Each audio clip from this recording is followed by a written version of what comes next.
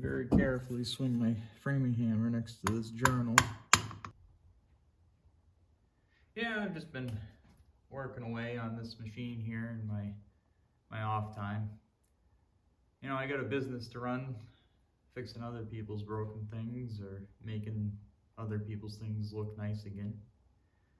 But in my off hours, I have been picking away at the old Mity Kat here, and you're right, there's a lot that's been going on.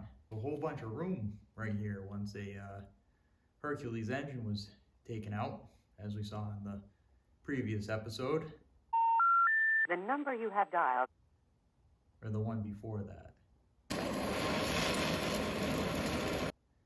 Well, either way, you saw it. I hope you enjoyed it. And we're on to the next chapter in the repair of this machine. So I've gone through cleaning up the tracks, getting all the dirt out of there, inspecting the operation of the systems the best that I can in its current form.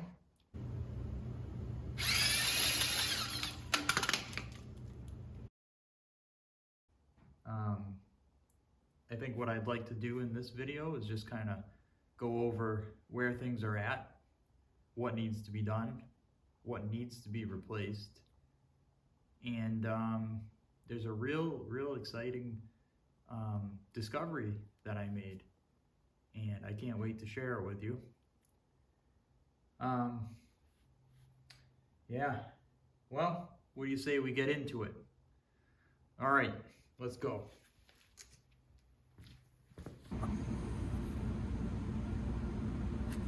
Okay. Figured during this process I might as well change the filter.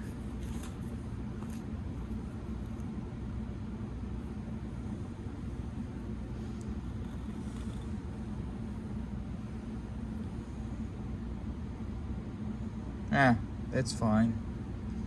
What a strange filter. After all those years, I literally broke that free by hand. That's just amazing. Well, in the interest of keeping it clean, I think I'm going to keep that on there, and I'm going to start searching for bolts in that area.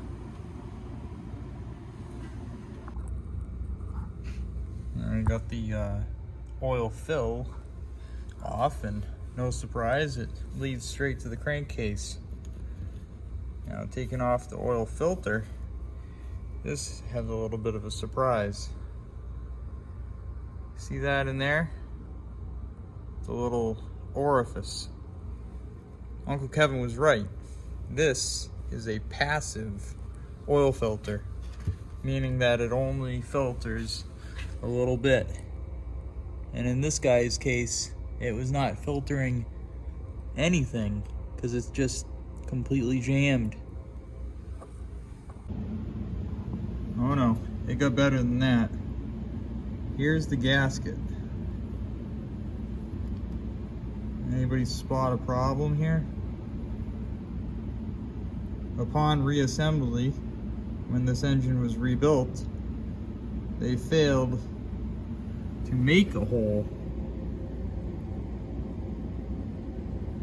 Wow. Can you believe that?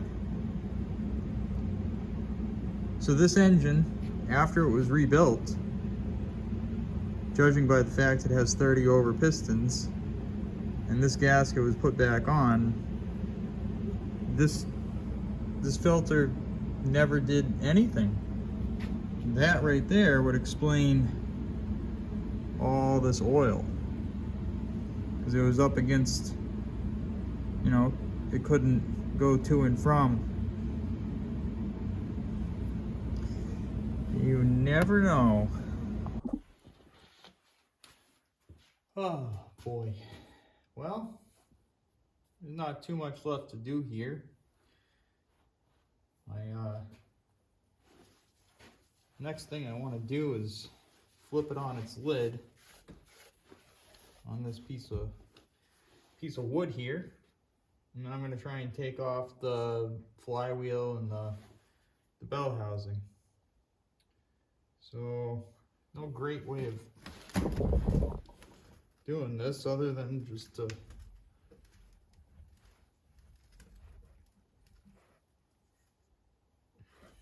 make a good guess here, and hopefully it works. That's not working.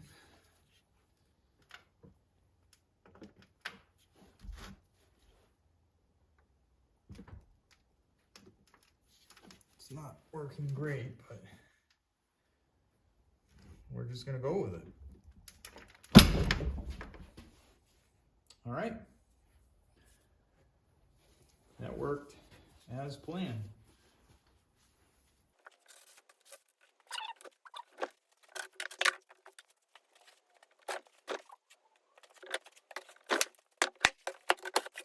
All right, come over here. Now look at this setup here. Got safety wire securing these bolts. It's not exactly done right.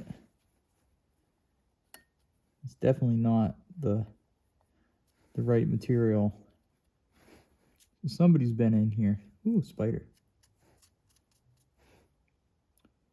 So the way this works is it's called a Lovejoy connector.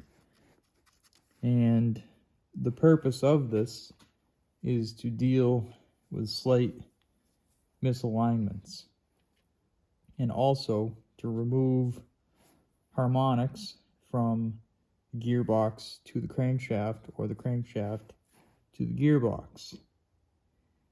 In this bulldozer's situation, it doesn't per se have a friction disc clutch. It works in a different sense where you can go from forward to reverse instantaneously, and using this you're putting a lot less instant force on things or harmonics. So let's take it apart.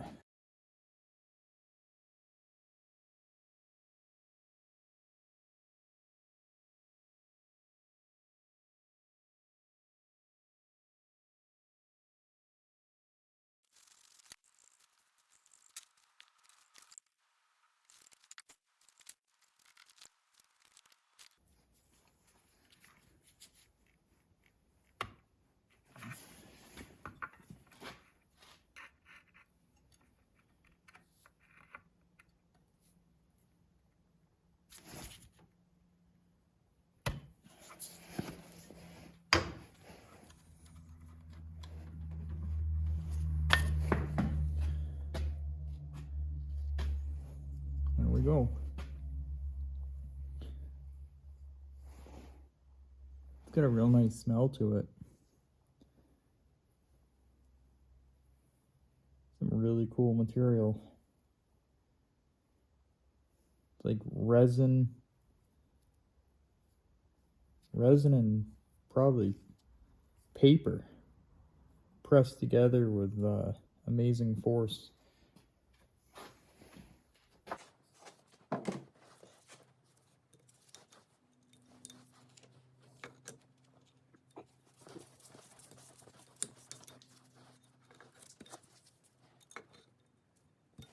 Purpose of safety wiring like this through the bolt heads is in the event that a bolt comes loose, it pretty much can't come out. Should be fairly obvious, but for those watching that have never seen wires through bolt heads, that is the reason.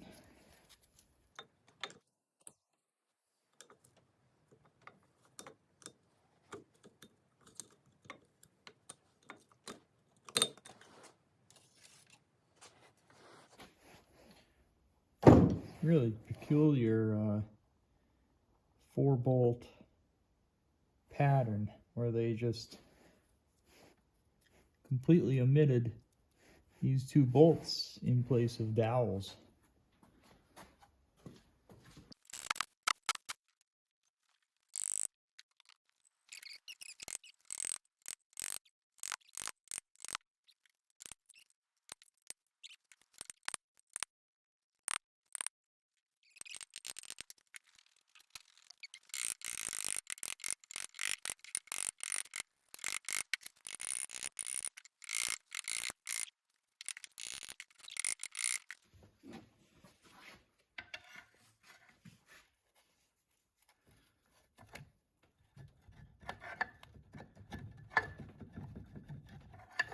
Come on.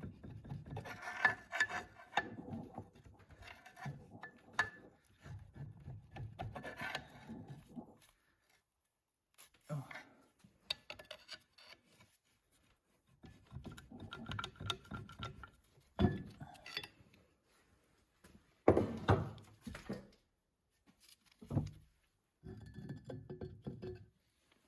All right. Interesting.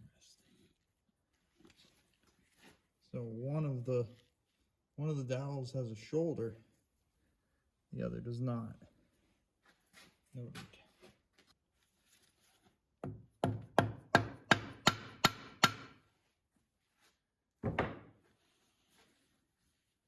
So bolt there. That's about it.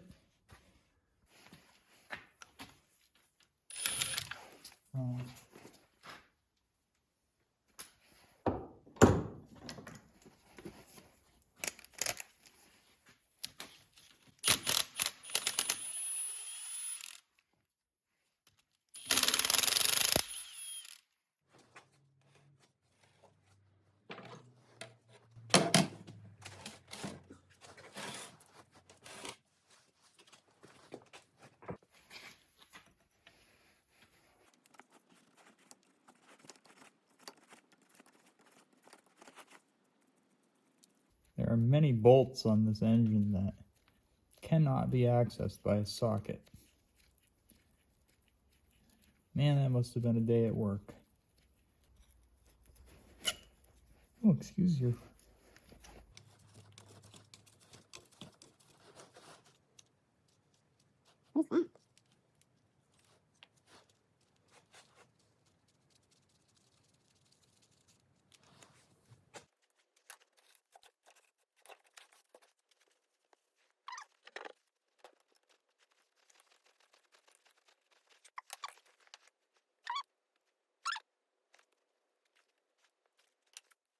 How did that bolt get in there? This does not move. And oh, Uncle Kevin would be mad.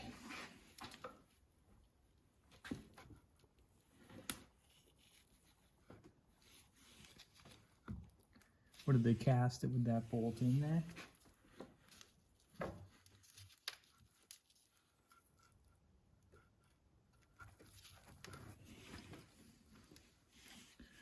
This is slightly inconvenient.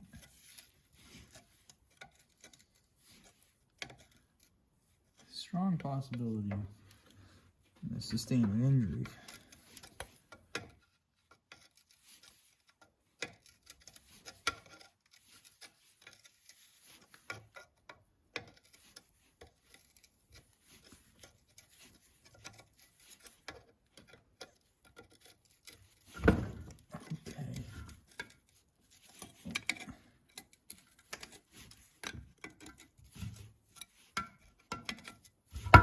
Okay.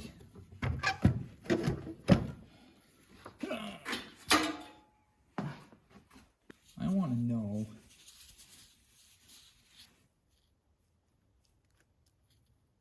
how'd you get in there?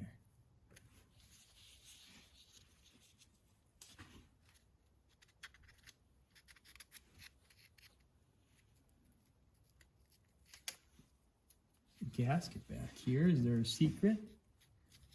No, there can't be.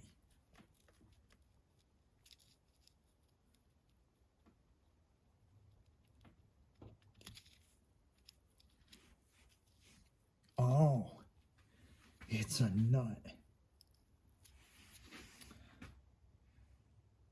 It's a nut.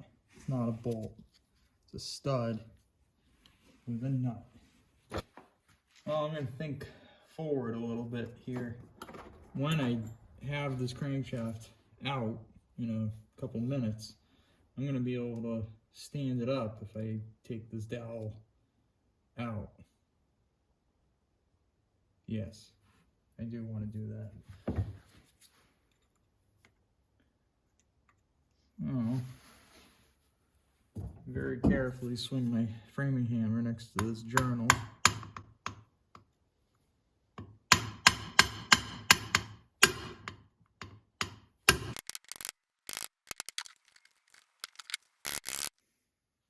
Careful.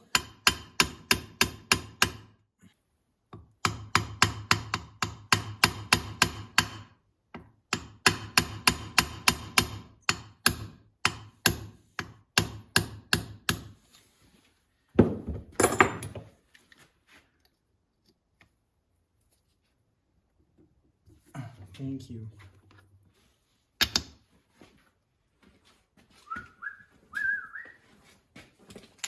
I know what you're thinking. The shims! Well, we don't care about those because we know it's all screwed up. We're starting from scratch.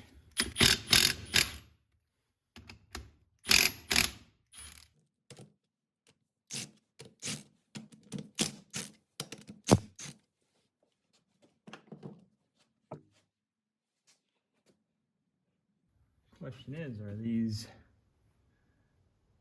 marked? No.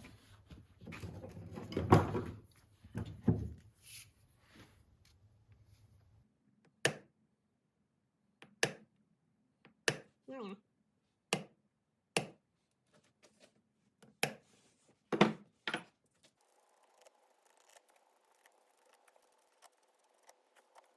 And there's some nice bolts.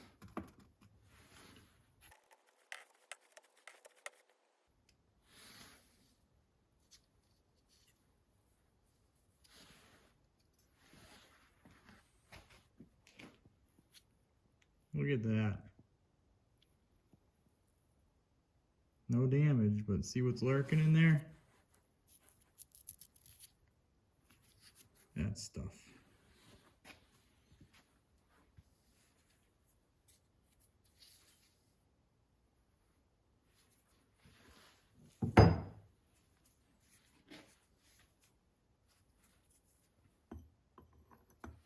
I almost made an oopsie.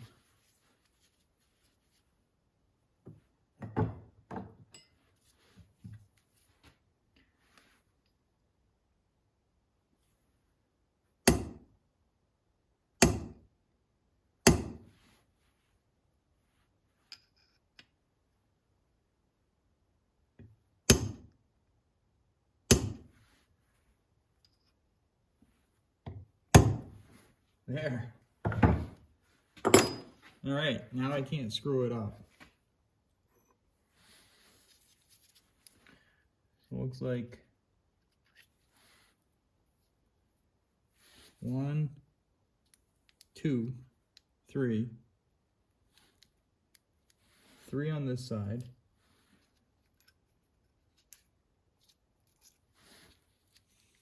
3 on that side.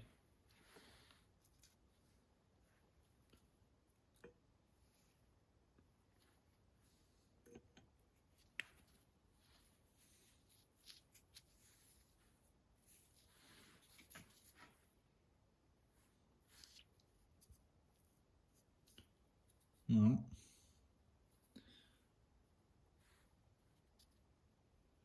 That's not great.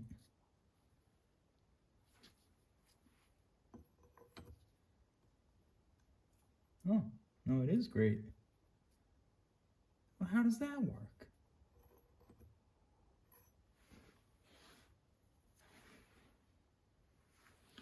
So there's a thrust surface on this side. You can see it's pretty thick. And there's a thrust surface on this side. And the overall play maybe 7-8 thousandths.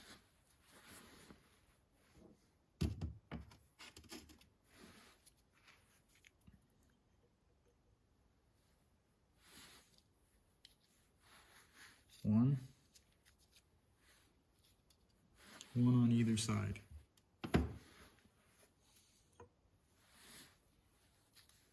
One, two on either side.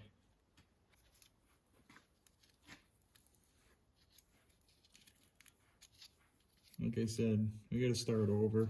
So it's not even worth worrying about what was where or who was what.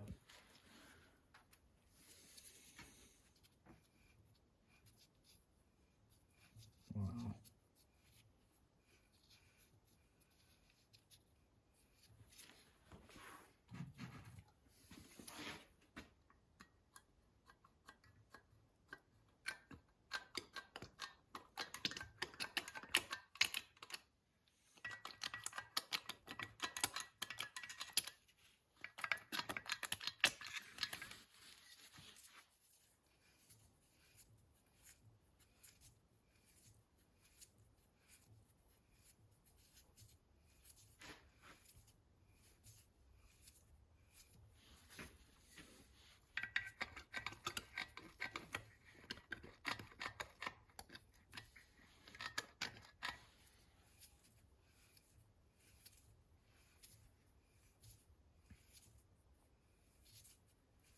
It's not great, but it does turn nice.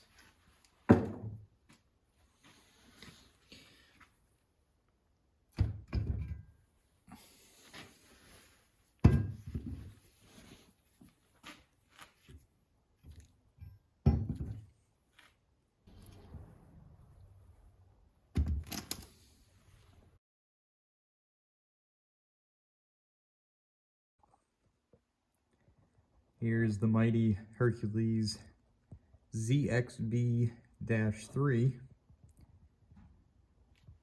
It's naked right now.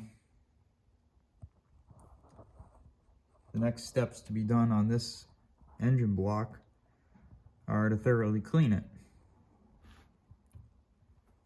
I have not found any cracks. The bearings are going to need to be lightly sanded. I'll show you more on that and what I mean by that.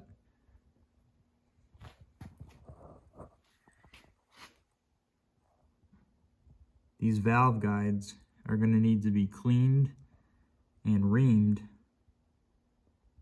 not taking away material, just cleaning out the rust and crap that's in there. The ports are going to need to be cleaned. Well, it'd be easier to see it if it was flipped over, but all of the valve sealing surfaces, otherwise known as the seats, are going to need to be cut and then lapped.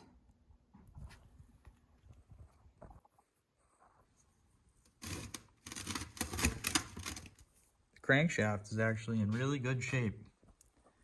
It has some surface staining,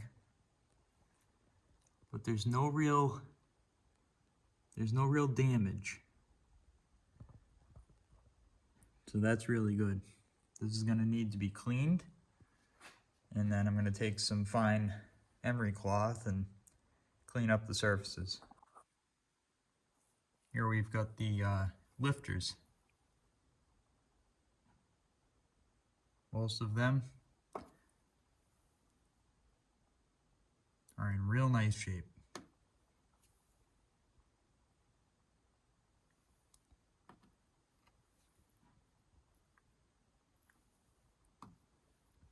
However,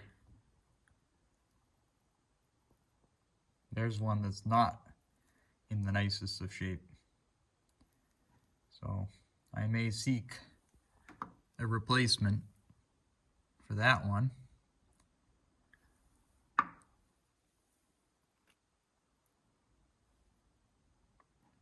This one's got some pitting on it as well.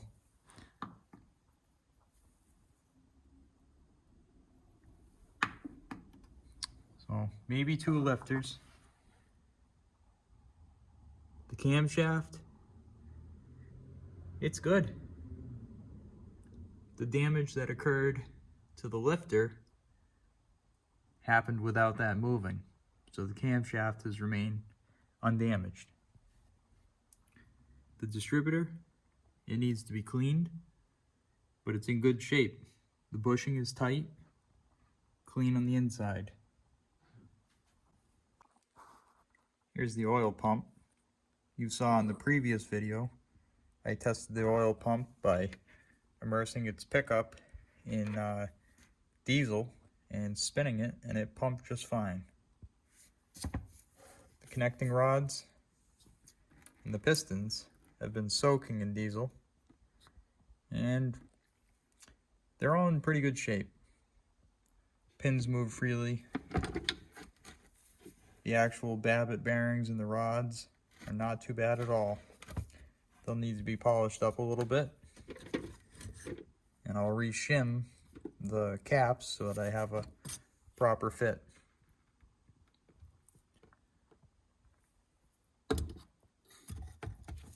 Now, there was one sad story. It had to do with this piston. That bottom ring did not survive. I think it was actually cracked before I started trying to free it. But either way, it's no longer part of the story. Now, this engine would run with just one ring.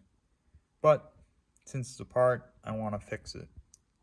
So if anybody out there knows of a piston ring that is 3/32 thick and fits a 2.655 bore, let me know. I've been looking around on the internet, and just to be specific on that, and my math could be wrong, but this is a 2 5/8 bore plus 30 thousandths over bore. I'll get a precise measurement on that in a second.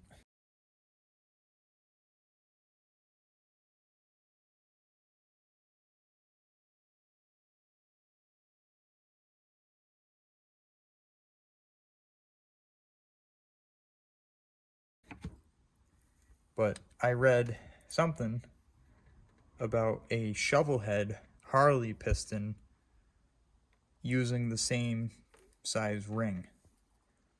And it was like, I don't know Harleys really at all, but it was a oversized ring for the larger shovel head engine, if I recall that correctly. So anybody out there that's into Harleys, if you know what I'm talking about, you know, just one ring and I'll leave you alone. So that's the bench of stuff. Here's some more of that dinosaur stuff. So I think I'm going to get to either cleaning that or, wait a minute. There's one more function on this machine that I have not gotten to work yet. Here's our first subject, the almighty oil pan of doom. I've been doing some housekeeping in here, and I managed to get all of that dinosaur stuff out of there.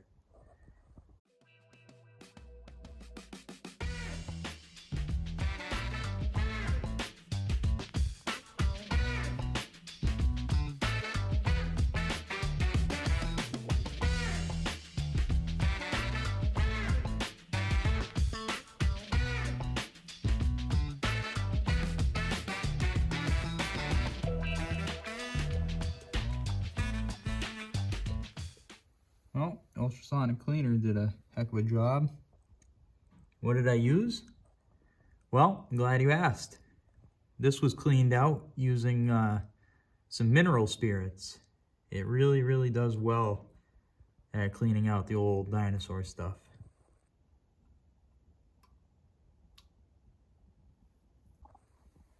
Next up is the bolts for the oil pan sump screen machines. And special guest, Some heavy duty work for the cleaner, Mr. Carburetor.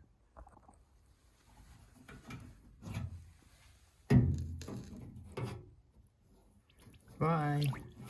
Have a good time.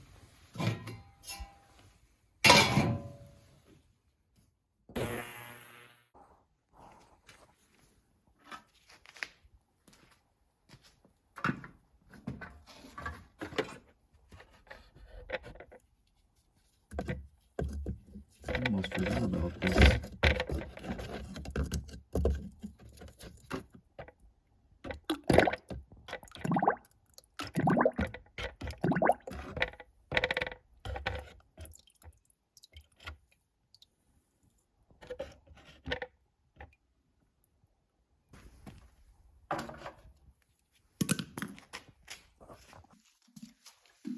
So I ran this carburetor in the ultrasonic cleaner for 30 minutes, and then I let it sit in automatic transmission fluid with diesel for about 4 days, give or take.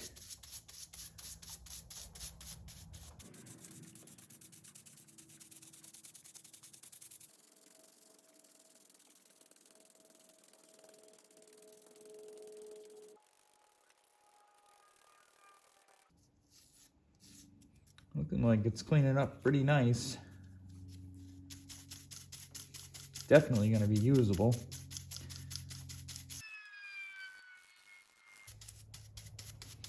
I wonder how many hours in my life I've actually spent cleaning carburetors.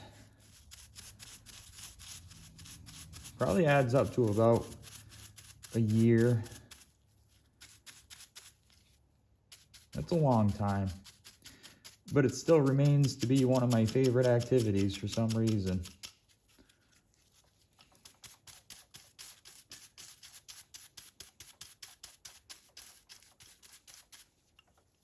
It's just so satisfying.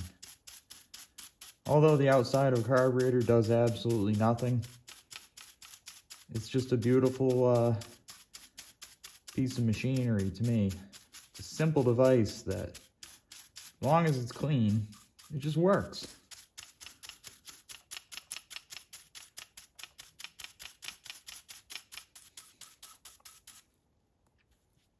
Well,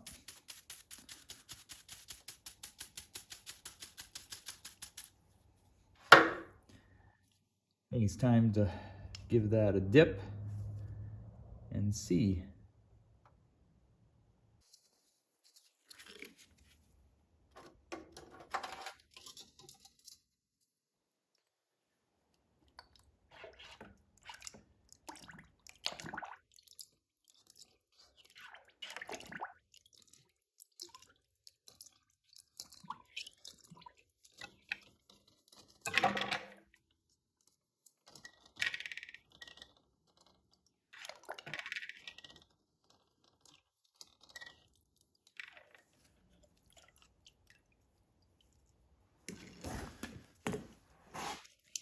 Oh yeah.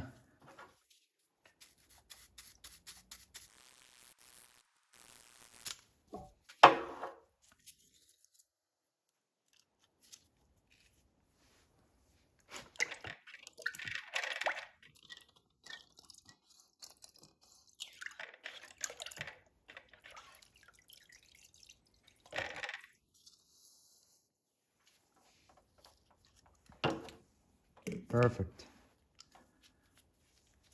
It's really nice.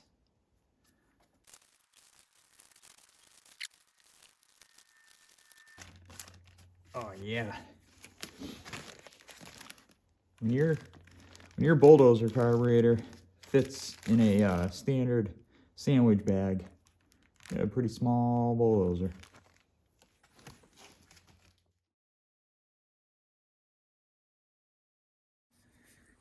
You watch this. See how they both move at the same time? Well, this tube is on a shaft.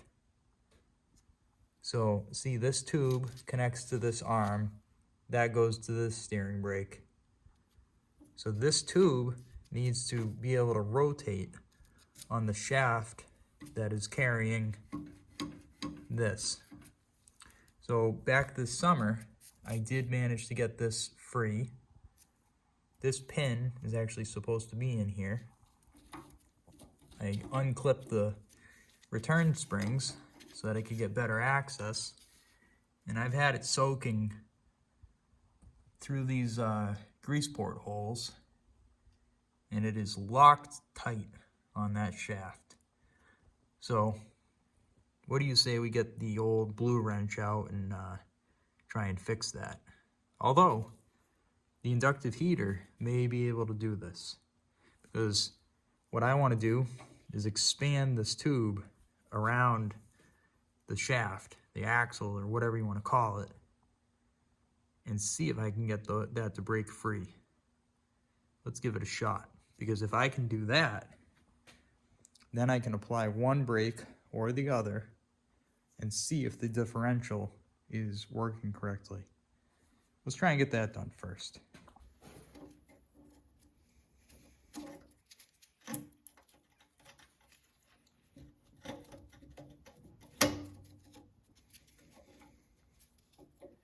All right, I'm going to start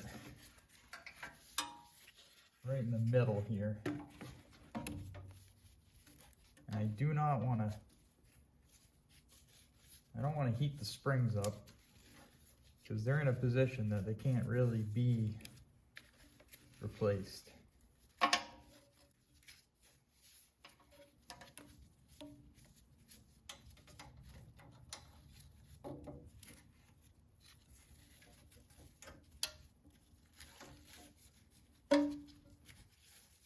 Use the universal slinky deal here.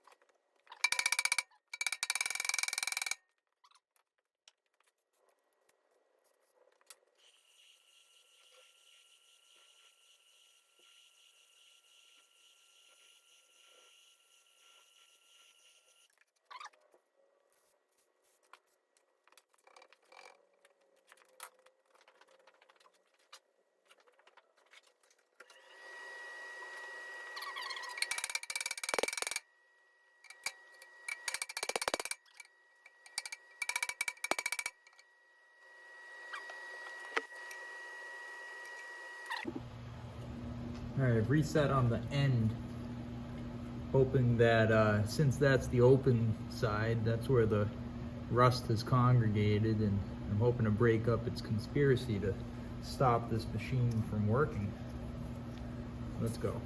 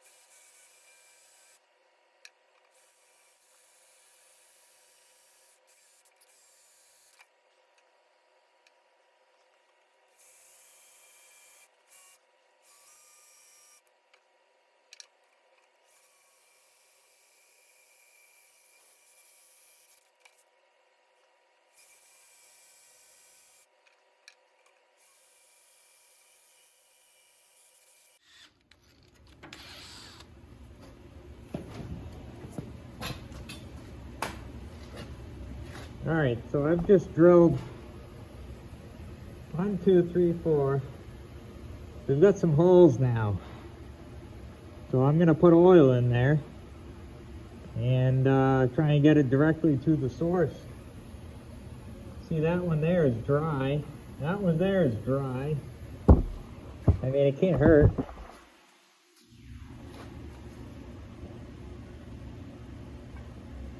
Oh, it went somewhere.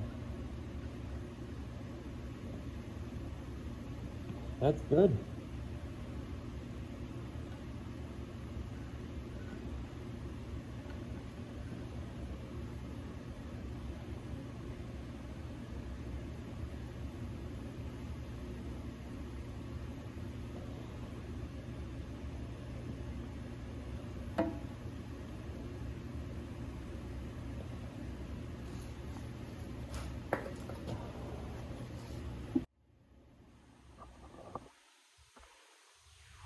May have a development here. I'm back to non-respirator mode as well. So might have some movement.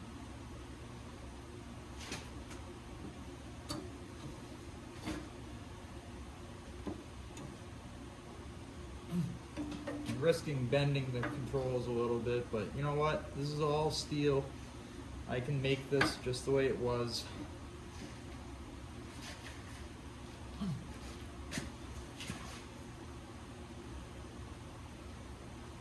If it really comes down to it.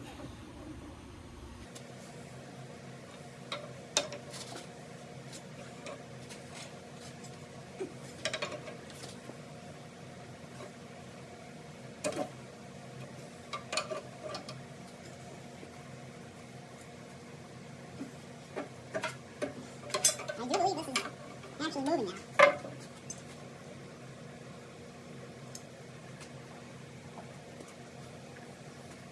Put this all the way forward.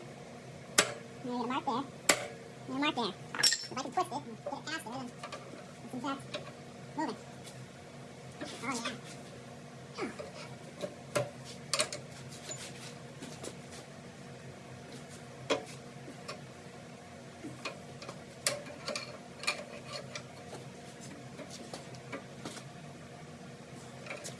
Or the both of them. I don't know. Something is happening.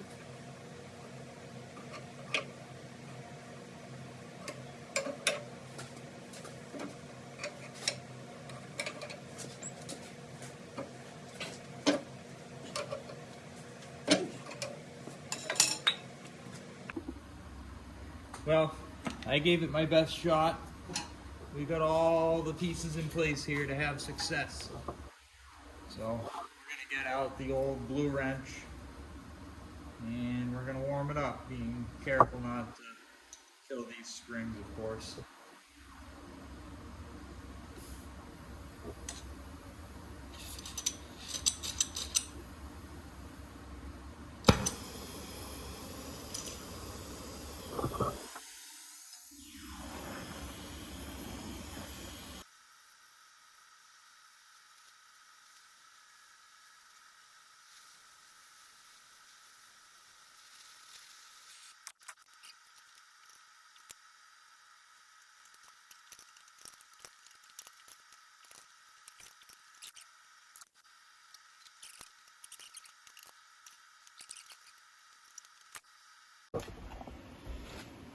It was moving before, but it was actually, it broke the bolt. So I put another bolt in there. I heated this side red hot. So now I gotta do this end here, staying away from that spring. And I'm hoping it breaks free.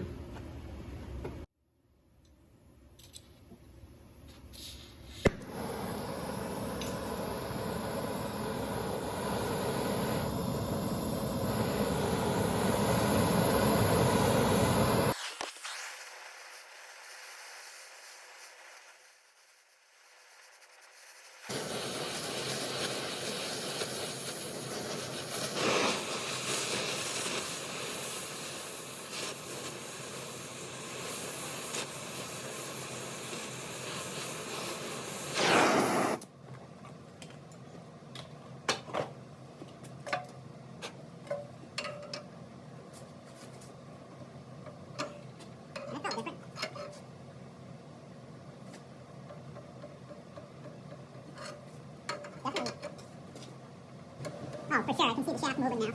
Oh boy!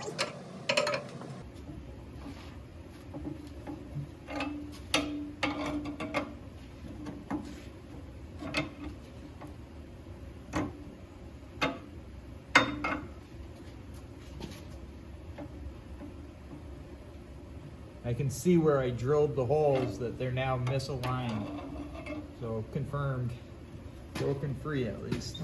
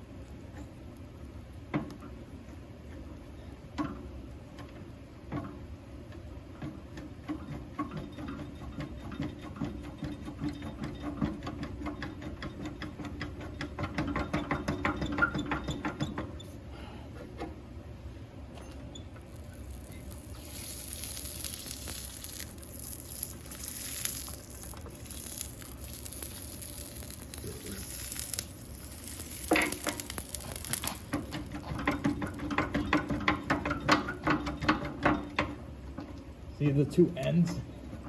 They're moving now.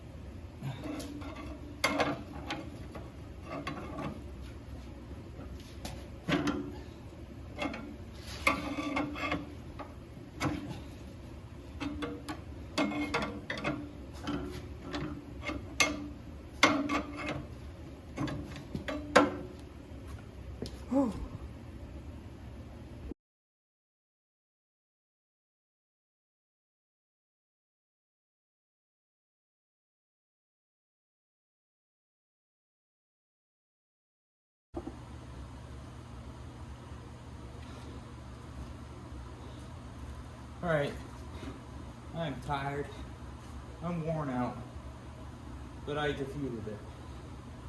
Check out this action.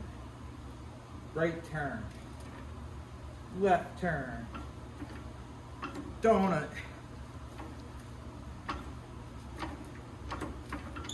It's been a few years since these controls were this limber. Guarantee you that much.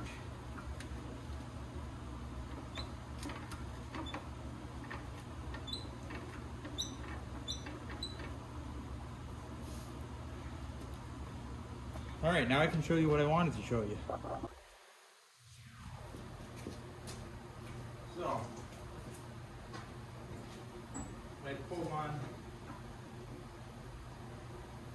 this side and hold it somehow. I've pulled on one of the controls. The machine is in forward.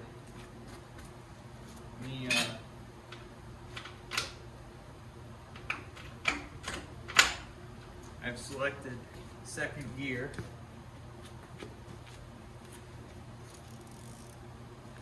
When I turn this, all right, so we're not in forward.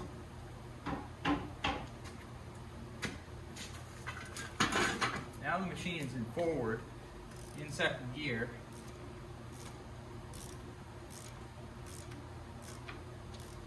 Well, since it's such a small bulldozer, I don't even need an assistant. And you just push on this brake, and both tracks are turning, which is not good.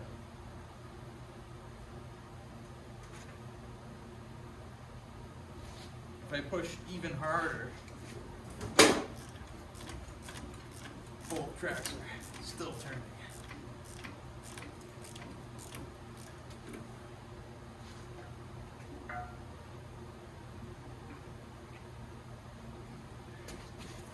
And try the other direction.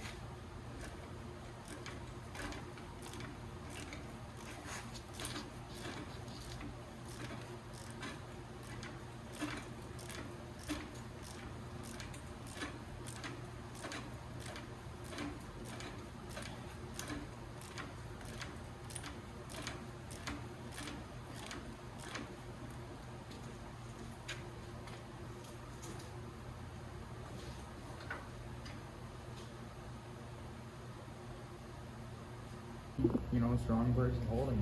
That's what I'm holding. You're gonna drive. So I got a contestant from the audience to drive the Mity Kat for the very first time. Pull on one as hard as you can. Pull? Ain't going nowhere. You mean push? Just don't touch one and touch the other one really hard in that direction.